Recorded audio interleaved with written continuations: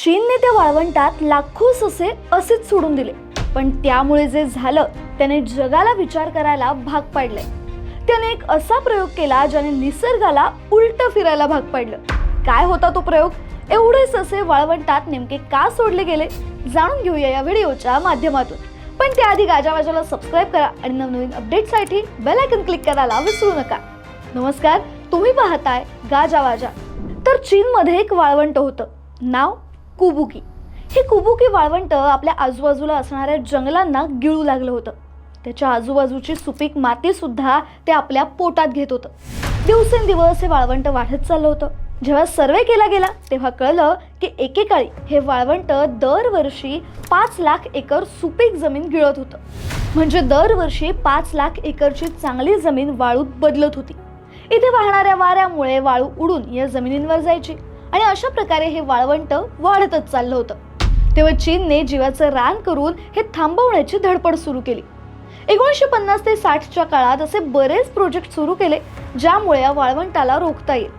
त्याने sand control station बांधले, वाळवंटात झाडं लावली, पण हा वाळूचा समुद्र थांबायचं काही नावच घेत नव्हता। सर्वांनी वेगवेगळे प्रयोग करून बघितले, पण काहीच उपयोग होत नव्हता। मग आला एक माणूस, वांग वेनबियाओ, एक लोकल बिझनेसमॅन ज्याच्याकडे एक वेगळीच आयडिया होती या वाळवंटाला थांबवण्याची। त्याने स्वतःचे पैसे लावले आणि वाळवंटात सुक्या झुडपांना चौकोनात लावायला सुरुवात केली आणि त्यात वाळूंची झाडं लावली। कारण वाळूंच हे झाड पाणी नसतानाही जगतं, कारण त्याची मुळं पाण्यासाठी जमिनीखाली 300 फूट खोल जातात। म्हणून हे झाड वाळवंटात सहज टिकतं आणि हे झाड कागद आणि फर्निचर बनवण्यासाठी खूप उपयोगी सुद्धा ठरतं। पण वाळवंटात उडणाऱ्या हवेमुळे जमिनीतील ओलावा निघून जातो, त्यामुळे झाडं टिकत नाहीत। म्हणूनच त्याने सुक्या झुडपांना चौकोनात लावायला सुरुवात केली होती, ज्यामुळे त्यातली वाळू उडणार नाही आणि झाडं टिकून राहतील। पण ते वाळवंट खूप मोठं होतं आणि हा प्रयत्न खूपच छोटा। म्हणून सुरुवातीला लोक वांगवर हसायचे, पण कोणाला माहीतच नव्हतं त्याच्या मनात नेमकं चाललंय तरी काय। पहिली 3 वर्ष त्याने खूप झाडं लावली। मग आला एक प्रॉब्लेम, वाळूंच्या झाडांना स्पेशल केअर हवी होती। त्याच्या नव्या फांद्या लगेच कापाव्या लागतात जेणेकरून मुख्य खोड जाड होईल, ते कागदवाल्यांना महागात विकता येईल। पण वाळवंटात हे काम करायला खूप खर्च आणि मेहनत लागायची। आणि इथेच एंट्री होते या स्टोरीच्या हिरोंची, अर्थात सशांची। त्याने सुरुवातीला हजारो ससे इथे सोडले आणि त्या सशांनी या झाडांच्या फांद्या खायला सुरुवात केली, कारण त्यांना ते खूप आवडायचं। त्यामुळे काय झालं, इथे असलेली झाडांची खोडं आणखी जाड झाली। सशांना जेवण मिळालं आणि इंडस्ट्रीला रॉ मटेरियल सुद्धा।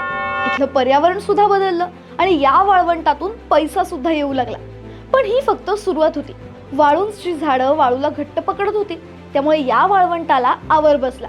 शिवाय सशांनी त्यांचं काम एकदम परफेक्ट सुरू केलं होतं। ससे जे खायचे त्यांच्या शेळामुळे या मातीत खत तयार झालं।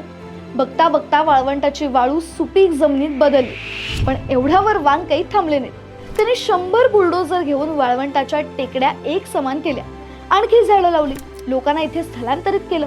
त्यांना सरकारच्या मदतीने लाखो ससे वाटले। ती लोक या वाळवंटाच्या जमिनीवर शेती करू लागली। इथलं प्रत्येक घर एक छोटं फार्म बनलं। 18,600 चौरस किलोमीटर असलेलं हे वाळवंट 33% हिरवगार झालं।